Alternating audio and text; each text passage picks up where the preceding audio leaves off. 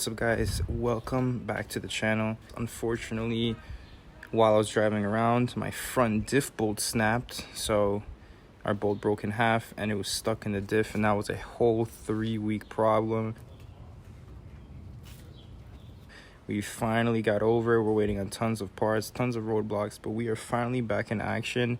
This car has to get ready for paint ASAP. So as you can tell from the thumbnail, today's video is going to be restoring the paint. We're going to be doing a 2, maybe 3-step paint correction, depending on how bad the paint is. We're not going to be taking out deep scratches. We're just going to be taking out all the swirl marks and hopefully getting the true purple back out of this paint. Right now, the amount of swirl marks is actually incredible. I've never seen a paint job with more swirl marks in my entire life. So I'm going to take you guys with me on this process. I'm going to show you guys exactly how to do it so you can do it on your cars. So before I started this video, I gave the car a good wash. Before you want to do this to your car, just wash it. You're going to want to get all dirt off of the car. You're going to want to be polishing it and sanding it while there's dirt on it, because that's just going to scratch the car even more, and you're going to be going 2 steps backwards instead of 2 steps forward. I already took the liberty, saved you guys the trouble. I'm sure you guys have seen many cars been washed before. The car is washed. Our next step is going to be, or our first step is going to be, to clay bar the paint. So I'm going to show you guys exactly what a clay bar looks like. So I like to let my clay bar soak in soap and water. Right here we have a synthetic clay bar.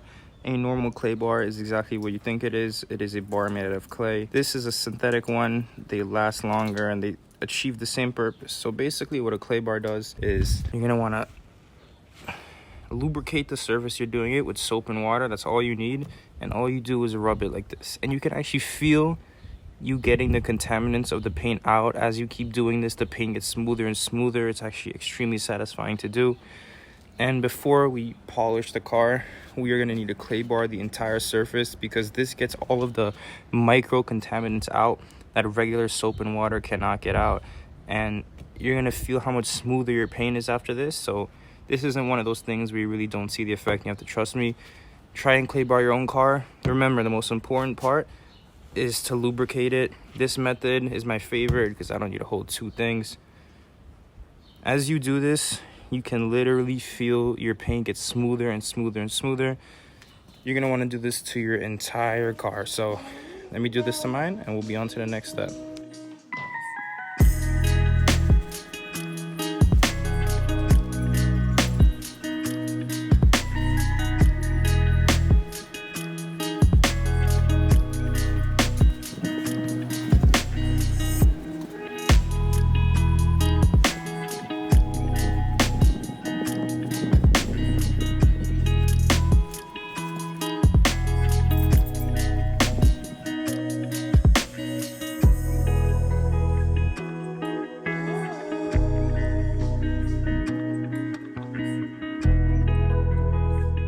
So guys, just a quick reminder, the best method for doing this is to work in these swirl patterns just like this. That's the general pattern. Obviously you can increase the size of the swirls and make the swirls smaller for whatever your application is, but you're going to work panel by panel or section by section. Every time you're done with a section, you're going to want to rinse it off, because as you can see right here, the contaminants can actually dry out and stay on your paint.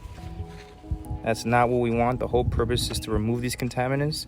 So if you're doing this on a sunny day like I am, you're going to want to quickly rinse every panel off to avoid, reversing your work and not getting the contaminants out. So I'm going to repeat this process on every single body panel, and I'll see you guys when I'm done.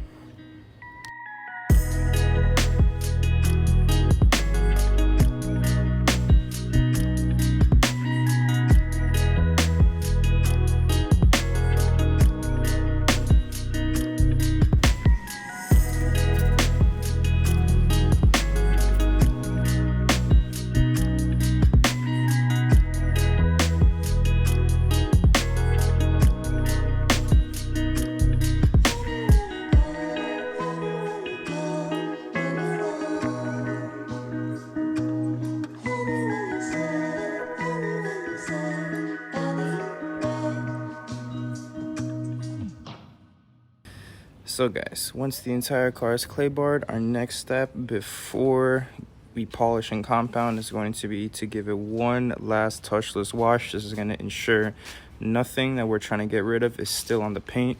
I'm going to put the camera down. I'm going to foam cannon the entire car. We're going to get a touchless wash. Remember, that means we're not going to be using any type of sponge to eliminate any extra scratch marks that will make our job harder. Let's put this camera down and get to washing.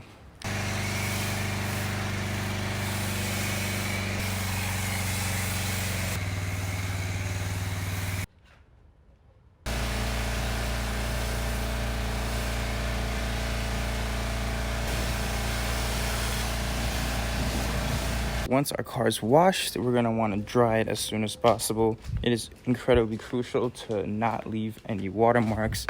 We're going to be grabbing our little, I don't know what to call this, window blade. We're going to just dip it in some water, make sure it's not dry, and I'm going to show you guys exactly how well this works.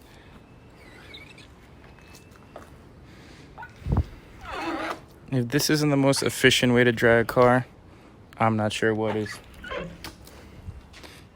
Right there, we can get a look at our swirl marks. This car is extremely bad. This is going to make for a very good paint restoration. It's probably going to be an entirely different color once we're done with it. For now, my goal is to finish drying the car, and then we can finally get to compounding and polishing.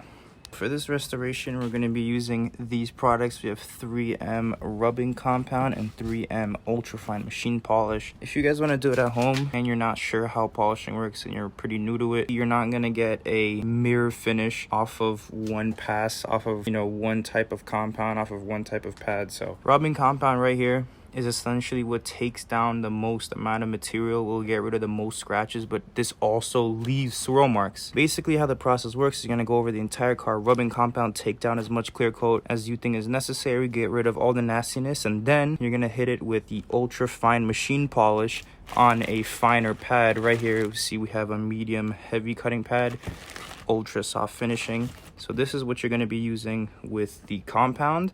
And then for the polish, you're going to hit it with that, which is essentially what's going to finish off the paint and leave an absolute mirror finish with no swirl marks. This is two-stage. The more categories you have, the more steps you add, the more stages it is. Right here, we have a TORQ gun. Newly purchased it. I was actually recommended this on the detailing forums. I'm going to show you guys how to do it. It's pretty simple. It just takes a lot of patience. Let's get right into it. So guys, the basics to polishing is we're going to put a decent amount of compound on our pad. So right now we have our heavy cutting compound and our heaviest cutting pad. Since you want to work section by section, we're going to do this middle part of the hood first. Since it's really bad, we're going to evenly spread this out on this entire section here. We're going to put it on a low setting. Okay, so now that we have this here, for cutting, you're going to want a low speed. And you're going to want to move very slowly and apply a medium amount of pressure and just let the spinning do the work. You're going to want to do about 3 to 4 passes on the slow setting. Whereas polishing, you're going to want to do 1 pass on a very high setting when you move very quickly.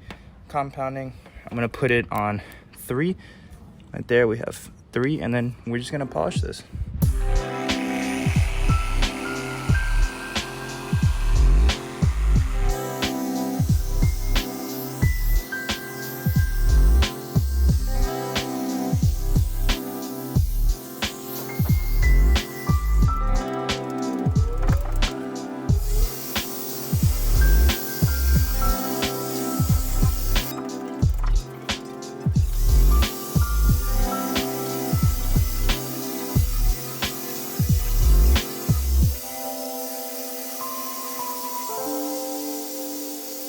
What's up guys, so we are back several hours later. I have finally just finished the polish. As you guys can see, the car has a frosted look to it.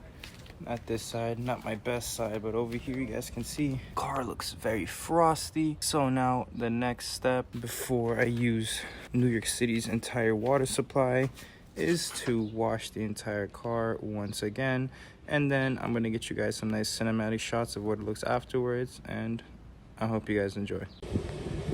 So guys, here we are. This is the finished product. This is the next day after. So after I polished the paint, I actually put a you know, dealership quality bead maker on it. It's sort of like a wax. It's essentially what they use in dealerships or professional grade companies use to seal the paint and create a real thick coat over it. So I had to let that cure overnight, and now we can see the finished. So you guys can see the finished product now, exactly how glossy the paint looks. The paint looks like absolute glass now. I cannot be happier with the results. And yes, I was able to do this in my own driveway. It did take several hours to do this, but I'm really happy with the finished product. Give you guys a walk around right here. As you can see, the paint is absolutely, it looks like a mirror right now. I cannot be happier with how this came out. The car is going up for sale soon. I'm looking to get into the E36 again, and it's time for me to move past this car. I think I've done as much as I can without going overboard. We have stock rims, everything. The headlights are the only thing pushing the stock envelope right now. But yeah, guys, you guys can check out the lines. I mean, I wish I could find better lighting, but overcast is actually perfect for this. With the car, it's like liquid glass right now. It's exactly what I wanted. So you guys can try to do this to your cars too. If you guys want, comment below and I'll make a full guide step by step, a really detailed video to make sure you don't mess your car up.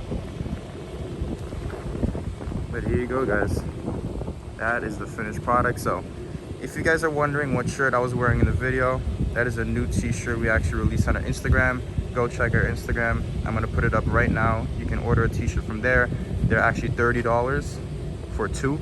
$30 for two of them. So order two, get one for you, one for your mom. You can sleep in them, work in them, do whatever you want. I have tons of supply. A lot of people like the design, so go on our Instagram, purchase them. We're gonna have embroidered hoodies coming out soon with the Gamma logo on it. But yeah, guys, like, comment, subscribe, don't forget. You guys will see, you know, put down in the comments what kind of videos you guys want me to make, and I'll be sure to have them out for you guys. So thanks for watching. I'll see you again next time.